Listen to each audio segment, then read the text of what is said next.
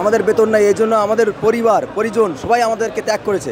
বিগত দিনে ছাত্র নাই, শিক্ষক নাই, সেগুলো জাতীয়করণ করা হয়েছে বিশেষ ব্যক্তির নামে। আমরা মান বেতন জীবন যাপন করছি। অনেক শিক্ষক চাকরি নিয়ে মারা গেছেন, তাদের বেতন হয়নি। আমার বাবার তো শিক্ষা প্রতিষ্ঠান এমপিওভুক্ত হয় না, আমার কিসের ঈদ? এদেশের মানুষ কেউ খাবে কেউ খাবে না, তা হবে না, তা হবে না। সবার আগে বাংলাদেশ, প্রিয় বাংলাদেশ।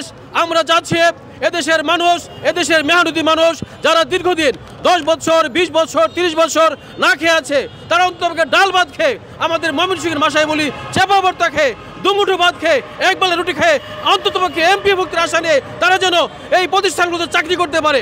আমি প্রধান উপদেষ্টা সহ, শিক্ষা উপদেষ্টা সহ ঊর্ধ্বতন কর্তৃপক্ষের নিচে এই আশাবাদ ব্যক্ত করব, এই অনুরোধ জানাবো। এই মুহূর্তে যদি শিক্ষা প্রতিষ্ঠানগুলো এমপিভুক্তি না হয়, 20 বছর আগে, 30 বছর আগে, 35 বছর আগে, 40 বছর আগে স্কুল, কলেজ, মাদ্রাসা এখনো চলমান আছে, সেগুলো ধ্বংস হয়ে যাবে। আপনারা সে অভিশাপ হবেন না, অভিশপ্ত হবেন না। আপনারা আশীর্বাদ দেন এই বোকা মানুষগুলোকে, এই না খাওয়া মানুষগুলোকে, তাদেরকে এমপিভুক্তকরণ করেন। অনেক শিক্ষক চাকরি নিয়ে মারা গেছেন, তাদের বেতন হয়নি। শিক্ষক বলে, সন্তান বলে, বাবা আমার বেতন কবে হবে?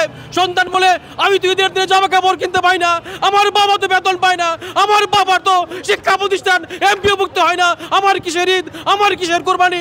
আমি চাবো এই বাংলাদেশের মানুষ, অনেক কিছু হয়েছে বিগত দিনে, ছাত্র নাই, শিক্ষক নাই, সেগুলো জাতীয়করণ করা হয়েছে বিশেষ ব্যক্তির নামে, অর্থাৎ মুজিব পরিবার নামে।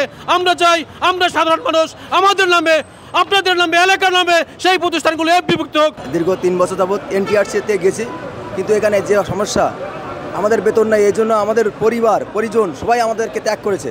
যেখানে যে কোনো কিছু বললে আমাদের যুক্তিসঙ্গত কথা হলেও বলে কি কিচ্ছু বোঝো না। জীবনযাত্রার মান এত খারাপ, কৃষি কাজ করেও তো করতে পারি না, সামান্য টিউশনি করে বাবা মা ভাই বোন সবাই থেকে আলাদা, এখন একা একা জীবনযাপন করি। আর আমাদের এমন সময় এসেছে যে আমাদের জীবন চলার পথ খুব কঠিন হয়ে গেছে। এই সময় সরকারের কাছে আকুল আবেদন, আমাদের নন এমপিও সকল শিক্ষকদেরকে এমপিও করে আমাকে 2টো ডাল ভাতের ব্যবস্থা করে দেওয়ার জন্য আকুল আহ্বান জানাচ্ছি।